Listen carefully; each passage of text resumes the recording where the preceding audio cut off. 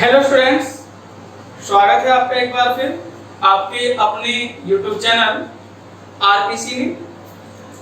आज हम आपके लिए लेकर आए हैं स्थिर वैद्युत की इलेक्ट्रोस्टैटिक 12th क्लास की फिजिक्स का पहला ही यूनिट है और उसका पहला चैप्टर आज हम डिस्कस करने वाले हैं।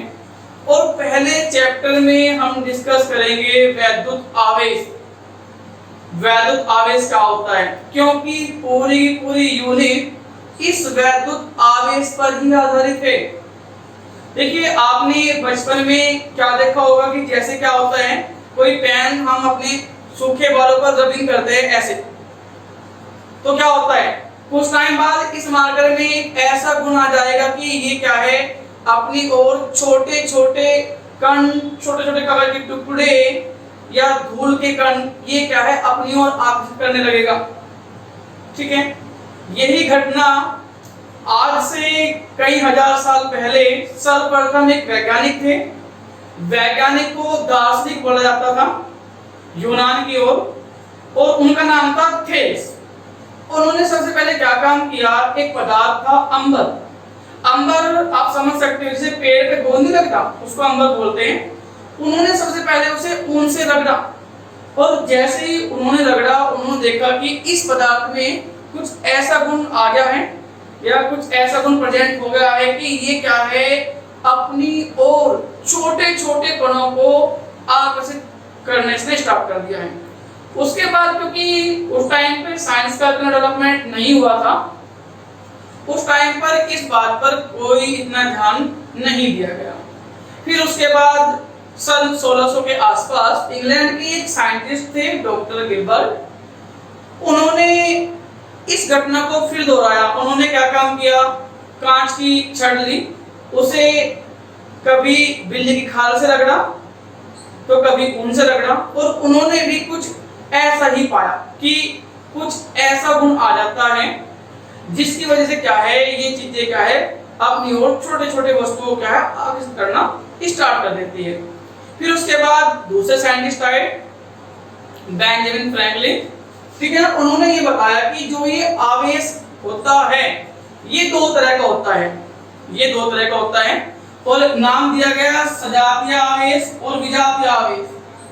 ठीक है, फिर उन्हीं आवेश को बदलकर क्या नाम दिया गया, धन आवेश,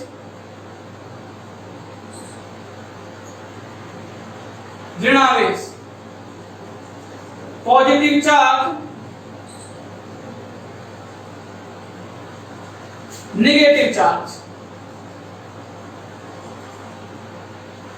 पॉजिटिव चार्ज और नेगेटिव चार्ज।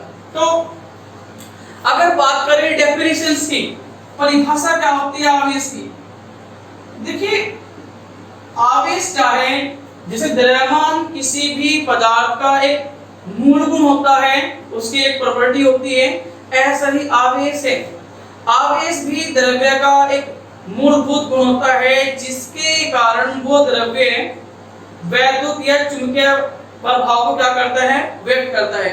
सिंपल भाषा में अगर मैं आपको बताऊं तो वैद्युत आवेश मूल कणों का आंतरिक गुण होता है। अब आपके माइंड में आ रहा होगा कि ये मूल कण क्या होते हैं, इनको बोला जाता है एलिमेंट्री पार्टिकल्स, और इन एलिमेंट्री पार्टिकल्स में आते हैं इलेक्ट्रॉन, प्रोटॉन, पॉजिट्रॉन, बहुत सारे होते हैं। उनका ये आवेश क्या होता है, आंतरिक गुण होता है। ठीक है, ये थी आवेश की बड़ी सिंपल डेफिनेशन।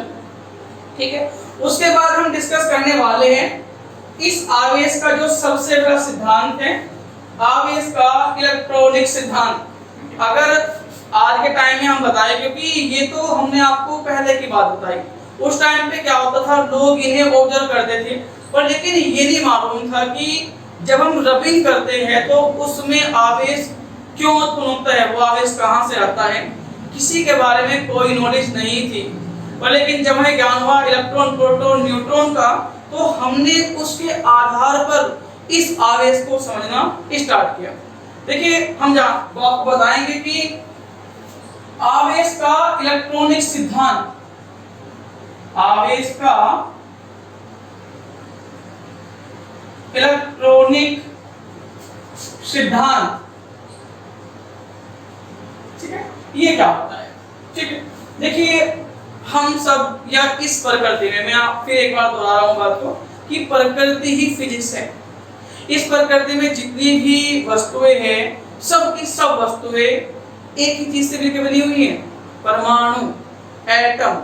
और हम ये भी जानते हैं कि परमाणु में क्या होता है, परमाणु में होते हैं इलेक्ट्रॉन, प्रोटॉन और न्यूट्रॉन। ठीक है, और उनकी जगह क्या होती है, मान लीजिए मैं एक परमाणु की स्ट्रक्चर बना रहा हूं। परमाणु के बिल्कुल केंद्रीय भाग में एक नाभिक होता है और उस नाभिक में आपके प्रोटॉन और न्यूट्रॉन रहते हैं। कौन कौन रहते हैं, प्रोटॉन और न्यूट्रॉन। और इसी नाभिक के चारों ओर, इसी नाभिक के चारों ओर अलग अलग कक्षाओं में इलेक्ट्रॉन्स क्या काम करते हैं, चक्कर लगाते हैं। इलेक्ट्रॉन क्या काम करते हैं, चक्कर लगाते हैं। यहाँ से मैं आपको एक कंक्लूजन बताऊंगा, वो कंक्लूजन क्या है आपके लिए मोस्ट इंपोर्टेंट है और न्यूमेरिकल्स में बहुत काम आने वाला है। ठीक है, मान लीजिए ये किसी परमाणु की स्ट्रक्चर है, फॉर एग्जांपल लेकर बता रहा हूं मैं। स्टार्टिंग की कक्षा में 2 इलेक्ट्रॉन होते हैं, दूसरी वाले में 8 होते हैं, 1 2 3 4 5 6 7 8। और मान लीजिए ये फॉर एग्जांपल ये आपका एल्यूमिनियम है। ठीक है, फॉर एग्जांपल बता रहा हूं मैं, ये मान लीजिए आपका एल्यूमिनियम है। और वही बात कर लेते हैं किसी दूसरे पदार्थ की, मान लीजिए कोई दूसरा पदार्थ है, उसके नाभिक है, उस नाभिक में प्रोटॉन और न्यूट्रॉन है और ये इसकी प्रथम कक्षा है, ये इसकी द्वितीय कक्षा है। मान लीजिए इसमें 2 इलेक्ट्रॉन है और इसमें क्या है 2 3 4 5 6 7 8 1 2 3 4 5 6 7 8 और ये इसकी क्या है, 12वीं कक्षा है। मान लीजिए इसमें 1 इलेक्ट्रॉन है। ठीक है, वैसे तो ये सोडियम है और ये एल्यूमिनियम है। फॉर एग्जांपल मैं आपको बता रहा हूं कि आवेश की जो आज की नई थ्योरी है वो ये कहती है कि एक वस्तु से दूसरी वस्तु पर इलेक्ट्रॉन का स्थानांतरण ही क्या कहलाता है, आवेश कहलाता है। मान लीजिए मैं रगड़े जा रहा हूं, ऐसे रगड़े जा रहा हूं, रगड़े जा रहा हूं, रगड़े जा रहा हूं, तो क्या होगा, कुछ ऐसा होगा कि इसके इलेक्ट्रॉन मेरे बालों पर आ जाएंगे, यह बालों से इलेक्ट्रॉन इस बाहर पर आ जाएंगे, ऐसा ही होता है। ठीक है, और रगड़ने से इलेक्ट्रॉन्स का स्थानांतरण क्यों होता है वो हम आपको तब बताएंगे जब हम कुरान में आपको पढ़ा देंगे। फिर भी मैं आपको थोड़ा सा बता दूं, आप पढ़ के आए होंगे कि नाभिक से जितने भी आपके इलेक्ट्रॉन होते हैं बंधे होते हैं। ये इलेक्ट्रॉन सबसे ज्यादा बंधा हुआ है, ये भी उससे कम बल से और ये सबसे कम बल से। तो जब हम इसको इससे रगड़ेंगे तो क्या होगा, मान लीजिए ये इलेक्ट्रॉन किधर ट्रांसफर हो गया, इस इलेक्ट्रॉन का ट्रांसफर इधर हो गया। तो अब क्या होगा, पहले इसके पास कितने थे, पहले इसके पास 11 ही इलेक्ट्रॉन थे, 11 ही प्रोटॉन थे और 11 ही न्यूट्रॉन थे। 11 ही क्या थे, न्यूट्रॉन थे। ओके, मतलब न्यूट्रॉन पे कोई चार्ज नहीं होता है, इसका हम डिस्कशन नहीं कर रहे हैं फिलहाल। हमें चार्ज सिर्फ इलेक्ट्रॉन प्रोटॉन से मतलब है। मतलब क्या था कि इसके पास जितने पॉजिटिव चार्ज थे उतने ही नेगेटिव चार्ज थे, तो पूरा का पूरा जो परमाणु था वो उदासीन था। अब हुआ ये कि जब मैंने इसको ऐसे में यहाँ पे बात कर लेता हूँ, 13 ही इलेक्ट्रॉन है, 13 ही प्रोटॉन है, तो जितने पॉजिटिव है उतने क्या है, नेगेटिव है, ये भी उदासीन है। अब हुआ ये जैसे मैंने इसको रगड़ा तो एक इलेक्ट्रॉन इधर से इधर चला गया कि भाई अब मुझसे नहीं रहा जा रहा, अब मैं आऊंगा तेरे पास। ठीक है, क्योंकि तुमने मुझे पुकारा है इसलिए मैं चला आया हूं तुम्हारे पास। अब हुआ ये जब इलेक्ट्रॉन इधर आया तो क्या हुआ, इसके पास कितने इलेक्ट्रॉन बचे, 10 इलेक्ट्रॉन पर, लेकिन प्रोटॉन ये कह रहा है मैं नहीं आऊंगा, नहीं नहीं नहीं नहीं मैं सेफ हूं भाई, मैं तो लॉकडाउन में सेफ हूं, ये कह रहा है मैं नहीं आऊंगा। तो प्रोटॉन कितने हैं, प्रोटॉन तो अब भी 11 ही है। ठीक है, 10 इलेक्ट्रॉन है, 11 प्रोटॉन है, मतलब क्या हुआ, मतलब ये हुआ कि नेगेटिव तो है 10 और पॉजिटिव है 11, तो फाइनल जो चार्ज आएगा वो कितना आएगा, एक पॉजिटिव आएगा, एक पॉजिटिव चार्ज आएगा। मतलब अब इस परमाणु पर कितना आवेश आया, एक पॉजिटिव। क्यों आया, क्योंकि इलेक्ट्रॉन कम है और प्रोटॉन ज्यादा है। बिल्कुल सेम ऐसा ही यहाँ पे क्या होगा, यहाँ पे स्टार्टिंग में क्या थे, 13 इलेक्ट्रॉन थे, 13 प्रोटॉन थे, अब क्या हुआ, एक इधर से आ गया, ले भाई अब कितने होंगे और 14, और लेकिन ये कितने हैं, ये 13 ही है। तो अब यहाँ पे क्या होगा, यहाँ पे एक नेगेटिव चार्ज आ गया। ये फंडा है चार्ज स्थानांतरण कैसे होता है, मतलब एक वस्तु से दूसरी वस्तु पर चार्ज कैसे चला जाता है रगड़ा लगा के, ये है वो पूरा कंसेप्ट। इलेक्ट्रॉन्स का स्थानांतरण होता है इसलिए चार्ज आता है। और एक सबसे मजे की बात ये है, ये जो मैं आपको कंसेप्ट बताऊंगा ये आपको न्यूमेरिकल्स में बहुत काम आएगा। देखिए जरा एक बार ध्यान से, इस परमाणु पर इलेक्ट्रॉन की कमी हुई है तो इस पर आएगा पॉजिटिव चार्ज, और जिस परमाणु पर इलेक्ट्रॉन की अधिकता होती है उस पर आएगा नेगेटिव चार्ज। न्यूमेरिकल्स इसी से आता है, फर्स्ट चैप्टर से 1 मार्क्स का क्वेश्चन आएगा कि एक परमाणु पर कितने इलेक्ट्रॉनों की कमी है, बताइए कैसा आवेश आएगा, धनावेश या ऋणावेश। तो ये बात हमेशा ध्यान रखना कि अगर किसी परमाणु पर इलेक्ट्रॉन की कहीं से कमी आ जाती है तो आंख में इसके लिख देना है कि उस पर कौन सा आवेश आएगा, धनावेश, पॉजिटिव चार्ज। ठीक है, रिवर्स होता है क्योंकि इलेक्ट्रॉन क्या है, इलेक्ट्रॉन नेगेटिव है। अब जितना नेगेटिव जाएगा उतना पॉजिटिविटी आएगी, जितनी नेगेटिविटी जाएगी उतनी क्या आएगी, पॉजिटिविटी। ये फंडा यहाँ पे होता है भाई, जितना हम नेगेटिव चीजें को दूर करेंगे उतना हम अपने अंदर पॉजिटिव एनर्जी फील करेंगे। ऐसे बिल्कुल यहाँ पे अब क्या था, इसके पास 11 इलेक्ट्रॉन थे, 11 प्रोटॉन थे। अब जैसे ही रगड़ा मारा क्या हुआ, एक इलेक्ट्रॉन इधर से इधर चला गया, तो जैसे इलेक्ट्रॉन गया अब क्या है, अब 10 बच गए, 10 इलेक्ट्रॉन 11 प्रोटॉन, तो चार्ज कौन सा है फाइनल, पॉजिटिव। तो आपको ध्यान रखना है कि आवेश दो तरह के होते हैं, एक धनावेश एक ऋणावेश। अगर मैं इलेक्ट्रॉनिक सिद्धांत के आधार पर आवेश को एक्सप्लेन करने की कोशिश करूं तो मैं ऐसे एक्सप्लेन कर सकता हूं कि आवेश क्या है, इलेक्ट्रॉन का स्थानांतरण है। अगर एक वस्तु दूसरी वस्तु से रगड़ी जा रही है तो हो सकता है कि एक वस्तु से इलेक्ट्रॉन निकलकर दूसरी वस्तु तक पहुंच जाएंगे। इससे होगा ये, जिस वस्तु पर इलेक्ट्रॉन की कमी होगी उस वस्तु पर आएगा पॉजिटिव चार्ज, और जिस वस्तु पर इलेक्ट्रॉन की अधिकता होगी उस पर आएगा नेगेटिव चार्ज। बड़ा सिंपल सा फंडा है, जिसके पास नेगेटिविटी जाएगी वो तो भाई मरना ही मरना है। ठीक है, अब चलिए डिस्कस कर लेते हैं चार्ज की कुछ जो गुण होते हैं जिन्हें बोलते हैं प्रॉपर्टीज ऑफ चार्ज, उनके बारे में।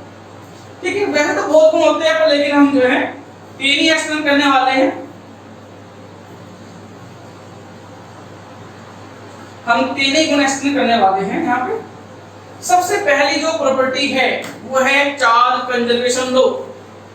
सबसे पहली जो प्रॉपर्टी है आवेश संरक्षण, आवेश संरक्षण नियम, आवेश संरक्षण नियम, इसे बोलते हैं conservation of charge, conservation of charge.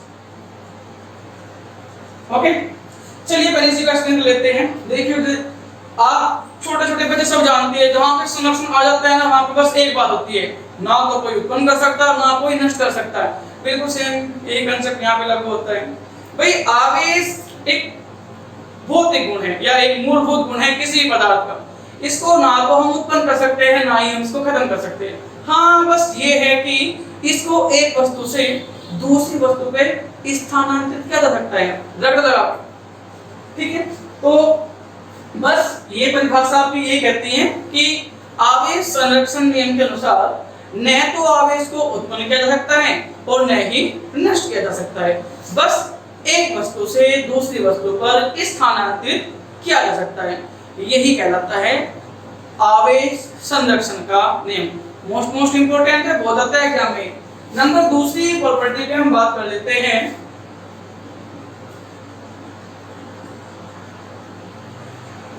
योज्यता का गुण।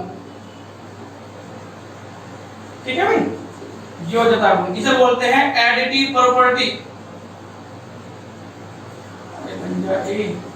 इसे बोलते हैं एडिटिव प्रॉपर्टी। ये एडिटिव प्रॉपर्टी क्या है, देखो मैं आपको थोड़ा बता दूं चार्ज के बारे में।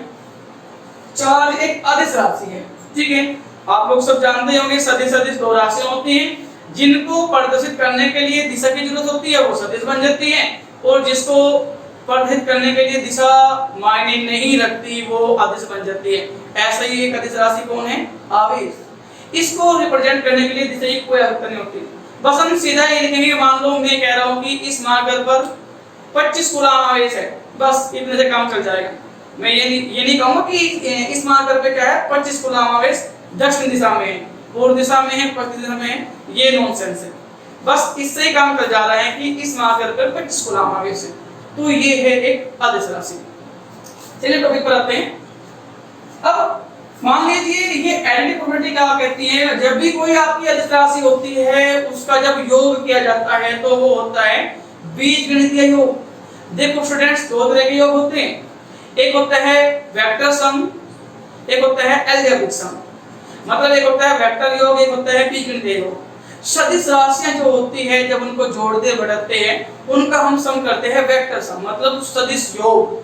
और जो अदिश राशियां होती है उनका हम क्या है सिंपल जोड़ करते हैं, जो आप करते आ रहे हो एक्स वाई जेड बीजगणित में जो आप करते आ रहे थे चिन्ह सहित। चलिए एक एक्सप्लेन कर लेते हैं इस प्रॉपर्टी को, एडिटिव प्रॉपर्टी। मान लीजिए ये कोई वस्तु है और इस वस्तु पर यहाँ पर आवेश Q1 है, यहाँ पर माइनस के Q2 है, यहाँ पर प्लस के Q3 है, यहाँ पर माइनस के Q4 है, और ऐसे क्या है इसमें बहुत सारे चार्जेस हैं। मैं तो सिर्फ चार चार्ज लेकर आपको बता रहा हूँ। तो किसी ने पूछा कि इस पर टोटल कितना चार्ज होगा, तो एडिटिव प्रॉपर्टी हमें सिखाती है कि टोटल जो चार्ज आएगा, जो टोटल चार्ज आएगा वो कितना आएगा Q1 प्लस, या आप सिंपल लिखो यार, माइनस के Q2 तो माइनस Q2 लिखो, प्लस Q3 और माइनस के Q4। ये होती है एडिटिव प्रॉपर्टी। मैं आपको एक बार फिर बता दूं, मान लीजिए कोई आपके पास कोई बॉडी है, उसको आपके n चार्ज है। n चार्ज का मतलब क्या है, जैसे Q1 Q2 Q3 ऐसे क्या है आपके Qn चार्ज है। तो ये एडिटिव प्रॉपर्टी ये कहती है, या योज्यता का गुण ये कहता है कि जो भाई फाइनल चार्ज आएगा ना, वो फाइनल चार्ज आएगा आपका Q1 plus Q2 plus Q3 and so on Qn। ये कहती है भाई आपकी एडिटिव प्रॉपर्टी, योज्यता का गुण। ठीक है, अब बात कर लेते हैं तीसरी प्रॉपर्टी के बारे में। तीसरी प्रॉपर्टी आपकी अच्छी प्रॉपर्टी है और उसको बोला जाता है क्वांटाइजेशन ऑफ चार्जेस, आवेश का क्वांटीकरण। और 1 मार्क्स में ये पक्का आता है एग्जाम में, पक्का 100%। इसको बोला जाता है क्वांटाइजेशन ऑफ चार्जेस, इसको बोला जाता है आवेश का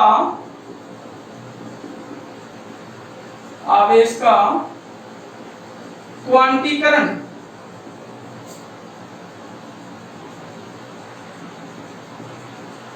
क्वांटाइजेशन ऑफ चार्जेस। ओके, चलिए इसको थोड़ा एक्सप्लेन कर लेते हैं, आवेश का क्वांटीकरण क्या होता है। देखिए अगर हम बात करें आवेश की सबसे छोटी इकाई की, तो वो होती है स्मॉल ई, ये वाला ई में स्मॉल ई।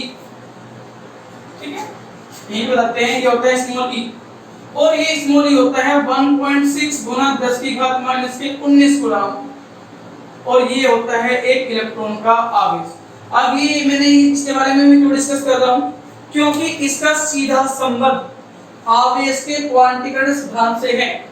आवेश का क्वांटीकरण सिद्धांत ये कहता है हम लोगों को कि भाई किसी भी वस्तु पर आवेश चाहे कुछ भी हो, बस इस स्मॉल ए का क्या होगा, मल्टीपल इंटीजर होगा, मतलब इसका पूर्ण गुणक होगा।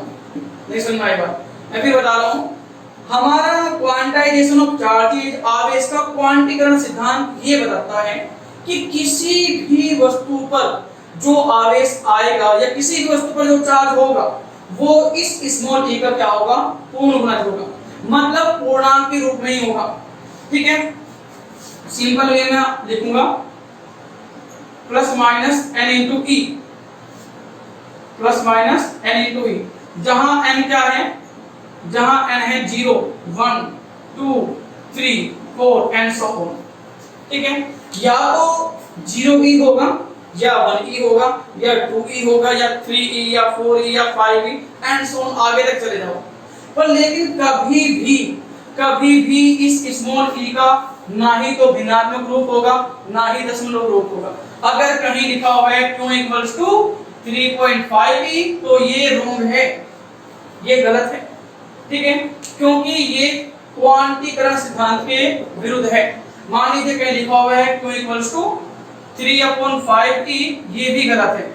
हमेशा अगर चार्ज E के रूप में है तो वो हमेशा पूर्ण घन के रूप में ही होगा, और होना भी चाहिए, होना भी चाहिए, क्योंकि ये रूल है हमारा, ठीक है। मैं ये नहीं बता रहा हूँ कि आवेश दशमलव के रूप में नहीं होगा, होगा। अब मान लीजिए कहीं लिखा हुआ है 3.5 into 10⁻15 कूलम, ये राइट है, मैं इसको रॉन्ग नहीं कह रहा हूँ, बस हाँ इस बात का ध्यान रखना है कि कहीं अगर मल्टीप्लाई में स्मॉल e है तो उसके आगे का जो अंक है वो पूर्णांक होना चाहिए।